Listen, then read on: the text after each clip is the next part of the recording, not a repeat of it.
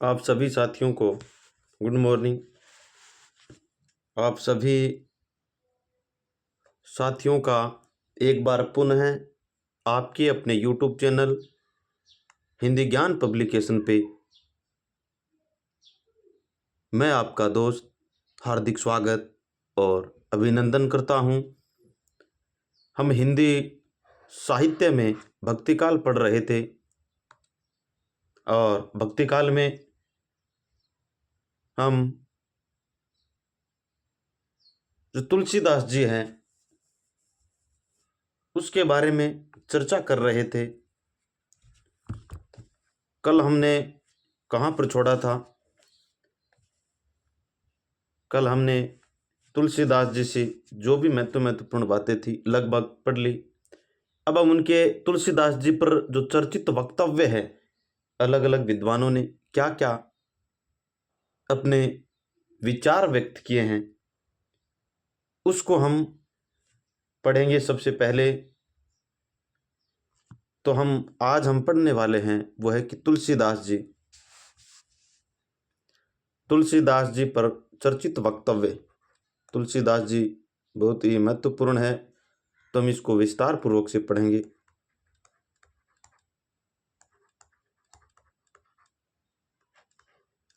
तुलसीदास पर चर्चित वक्तव्य।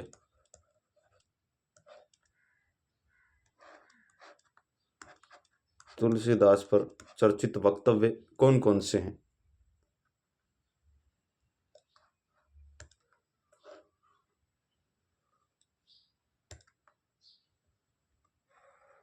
सबसे पहले नंबर 1 पे समित के अनुसार। समित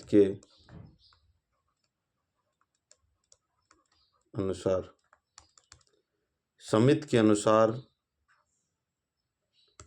वो क्या है? समित तुलसीदास मुगल काल के सबसे महान व्यक्ति थे। समित ने कहा है कि तुलसीदास जी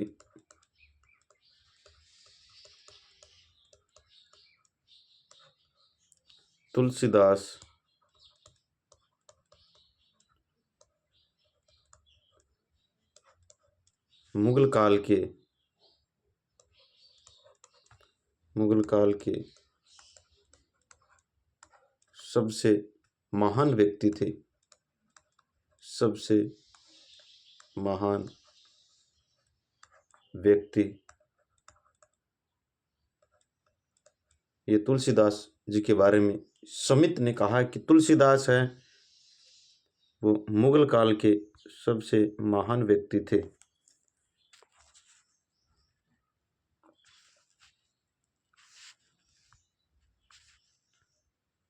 अब हम आगे की चर्चा है, यानी अगले जो कवि हैं वो कौन है उसकी चर्चा करेंगे। अगला स्टेटमेंट है वो किसका है?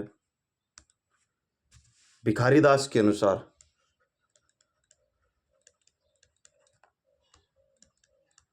भिखारीदास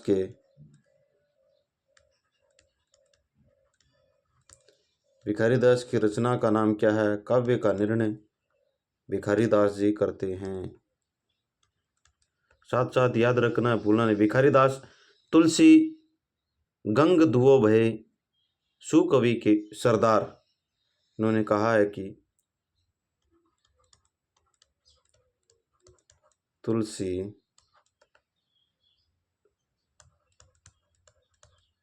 गंग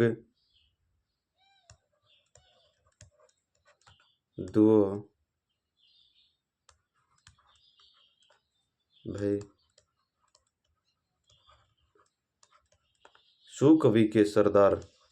सुकवि के सरदार, ये भिखारीदास जी ने कहा है।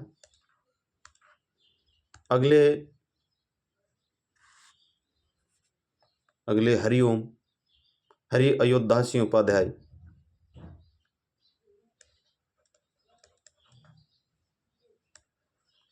अयोध्यासी हैं।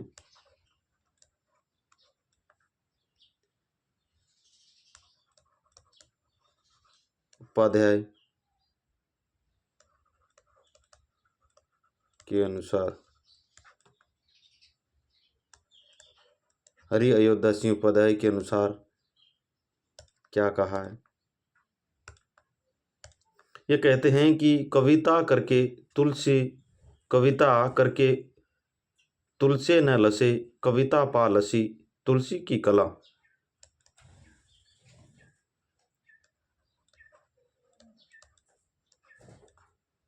कविता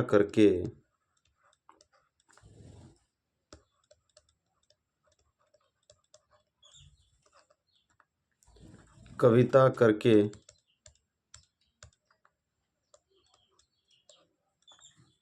तुलसे न लसे, कविता पा लसी तुलसी की कला। कविता पा लसी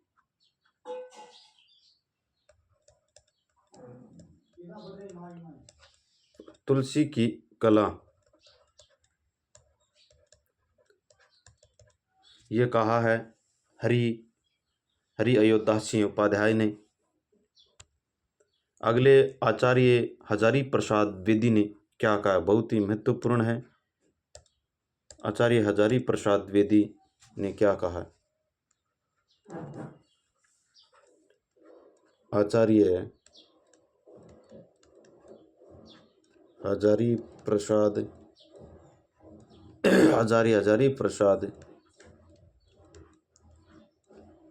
द्विवेदी के अनुसार, आचार्य हजारी प्रसाद द्विवेदी के अनुसार लोकनायक, ये पूछा गया है कि लोकनायक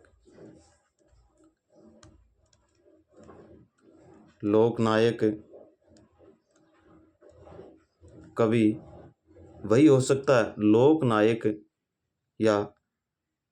लोकनायक वही हो सकता है या कवि? लोकनायक वही हो सकता है, ये स्टेटमेंट है, ये पूछा गया है। जो समन्वय का अपार धैर्य रखता हो, जो समन्वय का अपार धैर्य रखता हो।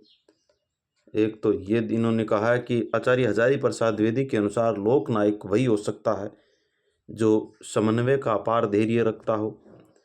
दूसरा इन्होंने वाक्य दिया है, दूसरा इनका जो वक्तव्य है वो यह है कि तुलसी का काव्य समन्वय की विराट चेष्टा है। ये महत्वपूर्ण है।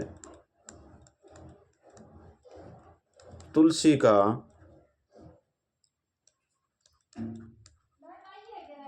का काव्य समन्वय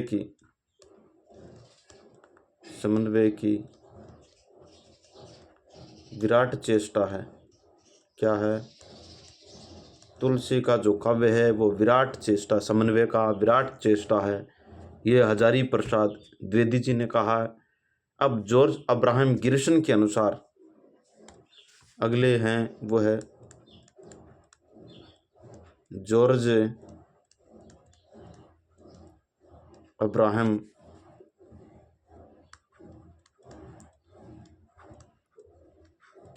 गिरिसन के अनुसार, जॉर्ज अब्राहम गिरिसन वो क्या कहते हैं? वो कहते हैं कि बुद्ध देव के बाद अगर सबसे बड़ा लोकनायक अगर कोई है तो वो तुलसीदास है। महात्मा बुद्ध की बात हो रही है।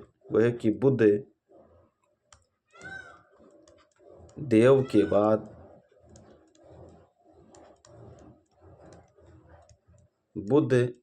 के बाद सबसे बड़ा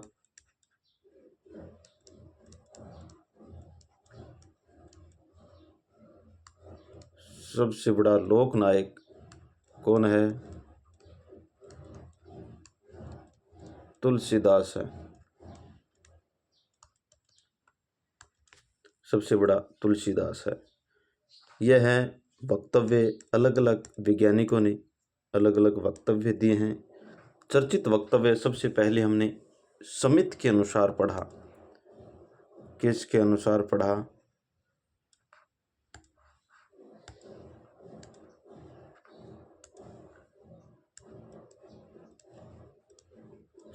समित के अनुसार।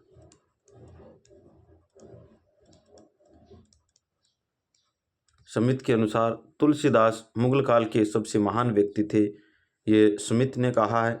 भिखारीदास के अनुसार तुलसी गंग दुबो भय सुकवि के सरदार हरिओम अयोध्यासी उपाध्याय के अनुसार कविता करके तुलसे न लसे कविता पा लसी तुलसी की कला। आचार्य हजारी प्रसाद द्विवेदी है, इनका महत्वपूर्ण है, बहुत ही वेरी इंपॉर्टेंट, जो बार बार पूछा जाता है कि लोक नायक वही हो सकता है जो समन्वय का पारदर्शी हो, यानी जो अपने आप में समायोजन स्थापित करना जानता हो, वह लोकनायक हो सकता है, अपार धैर्य रखता हो। अगला है कि तुलसीदास का काव्य समन्वय की विराट चेष्टा। इन्होंने 2 वक्तव्य दिए हैं। अगले जॉर्ज अब्राहम गिरिसन ने कहा है कि बुद्ध देव के बाद अगर सबसे महान या सबसे बड़े लोकनायक हैं, 1 नंबर पे तो बुद्ध को माना है, दूसरे इन्होंने तुलसीदास को माना है। महत्वपूर्ण नोट करके हम लिखेंगे, और नोट को हिंदी में क्या कहते हैं? विशेष कहते हैं। तुलसीदास को सर्वप्रथम लोकनायक की संज्ञा किन्होंने दी है? जॉर्ज अब्राहम गिरिसन ने दी है। महत्वपूर्ण है कि तुलसीदास को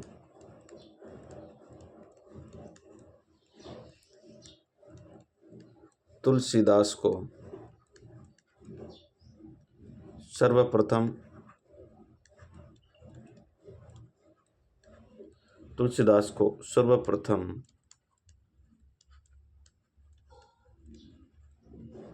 लोकनायक की संज्ञा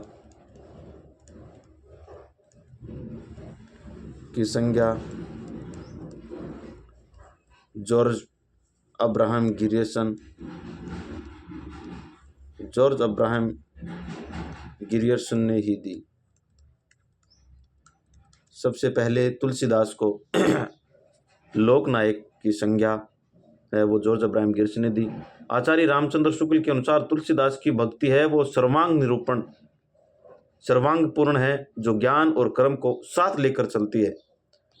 यानी किसके अनुसार? आचार्य रामचंद्र शुक्ल के अनुसार तुलसीदास की भक्ति है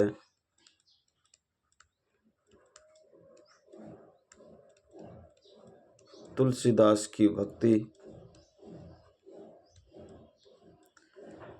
की भक्ति है वो सर्वांगपूर्ण है। क्या है?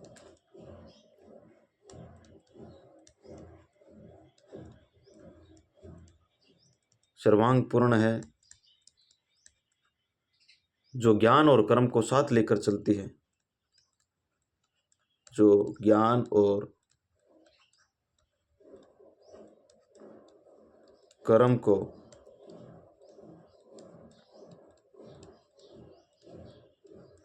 साथ लेकर चलती है। आचार्य रामचंद्र शुक्ल के अनुसार तुलसीदास की जो भक्ति है वो सर्वांगपूर्ण है, यानी इसके अंदर ज्ञान और कर्म है वो दोनों को साथ लेकर के चलते हैं। आचार्य रामचंद्र शुक्ल ने एक सूर सुर तुलसी शशि का क्रम वो सभी वैज्ञानिक कहते हैं, सभी जो महान लेखक है, कविकार है, साहित्यकार है, वो कहते हैं। लेकिन आचार्य रामचंद्र शुक्ल ने इसका उल्टा करके कहा है, सुर यानी सूर तुलसी शशि के क्रम को उल्टा कर हिंदी काव्य गगन का सूर यानी सूर्य तुलसीदास को कहा है, और शशि है वो चंद्रमा यानी सूरदास को कहा है।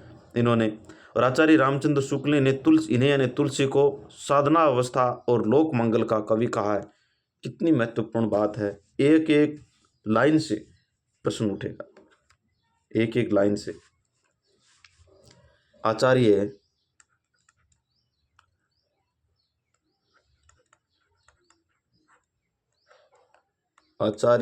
रामचंद्र शुक्ल ने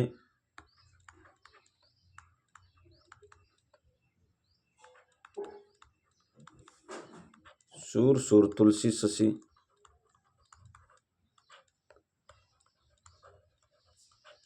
शशि के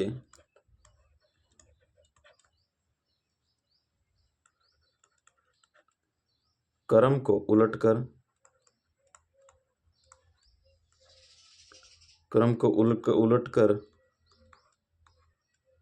हिंदी काव्य गगन का सूर, हिंदी काव्य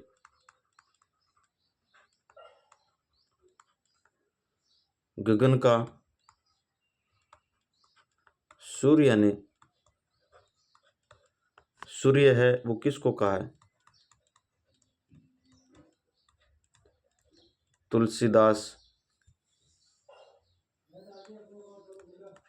को कहा है और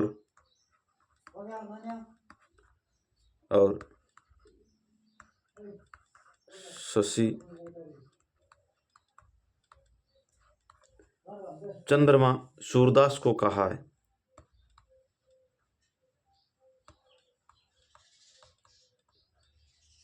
सूरदास को कहा है।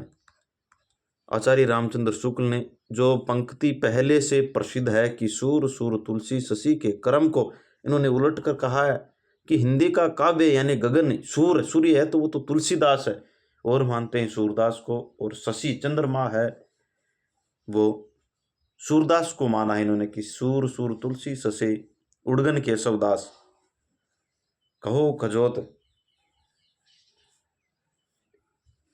तो इन्होंने इस जो वाक्य है इसको उलट करके कहा है।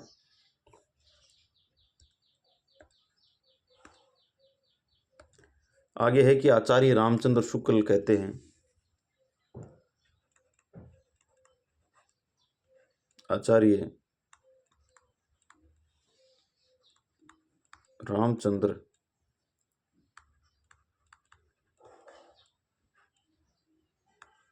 शुक्ल ने इन्हें यानी तुलसीदास ने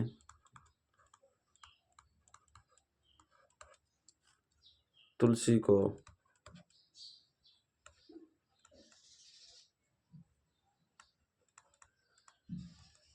साधनावस्था और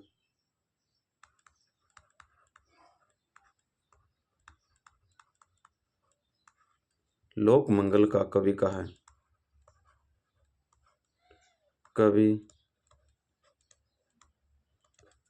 है। आचार्य रामचंद्र शुक्ल ने इनको यानी तुलसीदास को साधनावस्था और लोक मंगल का कवि कहा है। महत्वपूर्ण करके लिखेंगे, पूछा जाता है जिसको हम नोट करके लिखेंगे कि आचार्य रामचंद्र शुक्ल ने तुलसी को अनुप्रासों का बादशाह कहा है। आचार्य रामचंद्र शुक्ल ने किसको? तुलसीदास को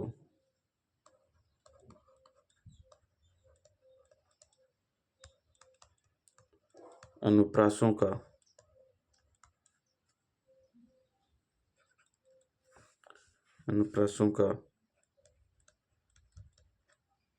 बादशाह है कहा है। आचार्य रामचंद्र शुक्ल ने तुलसीदास को अनुप्रासों का बादशाह कहा है। और इन्होंने एक और कहा है,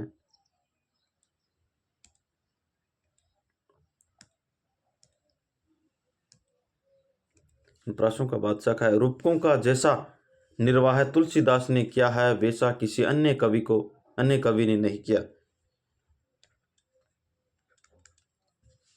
क्या कहा इन्होंने कि रूपकों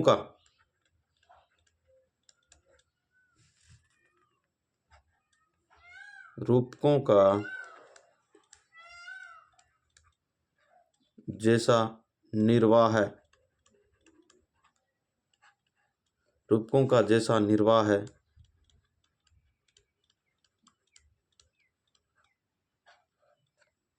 तुलसीदास ने किया क्या है वैसा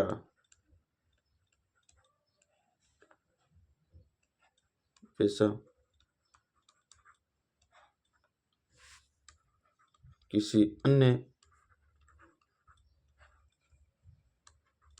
कवि ने नहीं किया।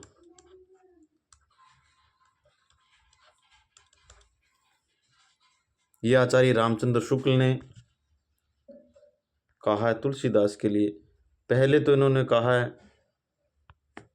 कि आचार्य रामचंद्र अनुप्रासों का बादशाह तुलसीदास को और रूपकों का जैसा निर्वाह तुलसी ने क्या वैसा किसी अन्य कवि ने नहीं। उदयभान सिंह ने तुलसीदास को उत्प्रेक्षाओं का बादशाह कहा है। और उत्प्रेक्षाओं का बादशाह किसने कहा है? उदयभान सिंह ने।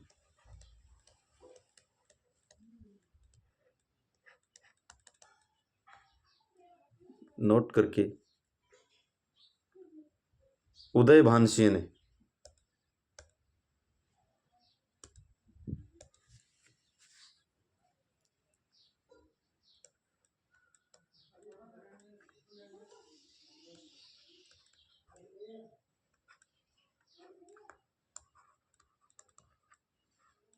उदयभान सिंह ने तुलसीदास को उत्प्रेक्षाओं का बादशाह कहा है। क्या कहा?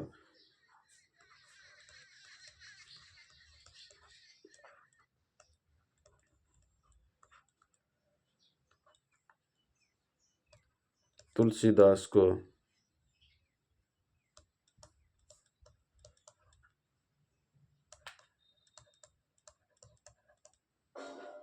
उत्प्रेक्षाओं का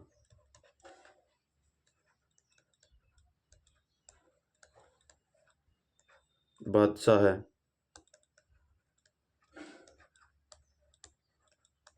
उदयभान सिंह ने तुलसीदास को उत्प्रेक्षाओं का बादशाह कहा है और डॉक्टर बच्चन सिंह ने तुलसीदास को रूपकों का बादशाह कहा है। डॉक्टर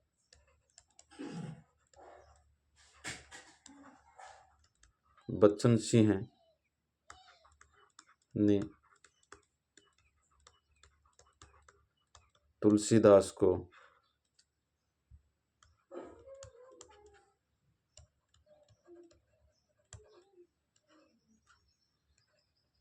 को रूपकों का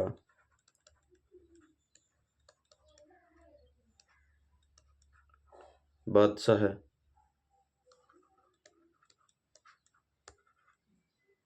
कहा है। तो यह अलग अलग विद्वानों ने तुलसीदास के संबंध में क्या क्या वक्तव्य हैं वो पढ़ लिए। नहीं, सबसे पहले चर्चित वक्तव्य समेत के अनुसार हमने पढ़ा कि तुलसीदास मुगल काल के सबसे महान व्यक्ति थे। उसके बाद भिखारी दास की के अनुसार तुलसीदास गंग दुवो भई सुकवि के सरदार। हरि अयोध्या सिंह उपाध्याय के अनुसार कविता करके तुलसी न लसे, कविता पालसी तुलसी की कला। आचार्य हजारी प्रसाद द्विवेदी महत्वपूर्ण है। लोकनायक वही हो सकता है जो समन्वय का अपार धैर्य रखता हो।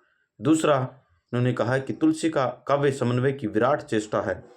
जॉर्ज अब्राहम गिरिसन ने बुद्धिदेव के बाद सबसे महान या सबसे बड़ी नहीं,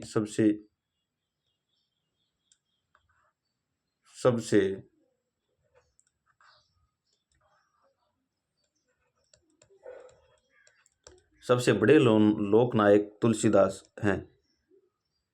महत्वपूर्ण बात करके नोट करके हमने लिखा कि तुलसीदास को सर्वप्रथम लोकनायक की संज्ञा वो जॉर्ज अब्राहम गिरिसन ने दी।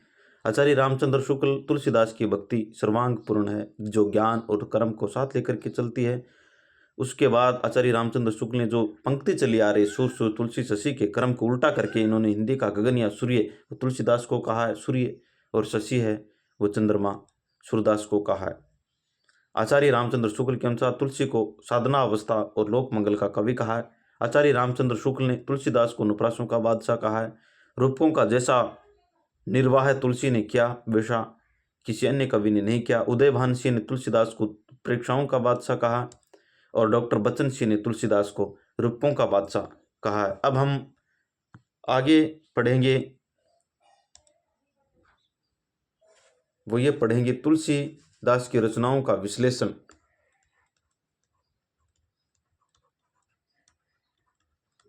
तुलसीदास की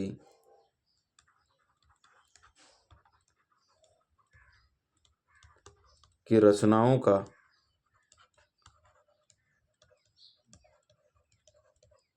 विश्लेषण, यानी कि इनकी जो रचनाएं हैं उनको हम एक एक को अलग अलग से उसकी विस्तार पूर्वक से चर्चा करेंगे, उसका विश्लेषण करते हुए पढ़ेंगे।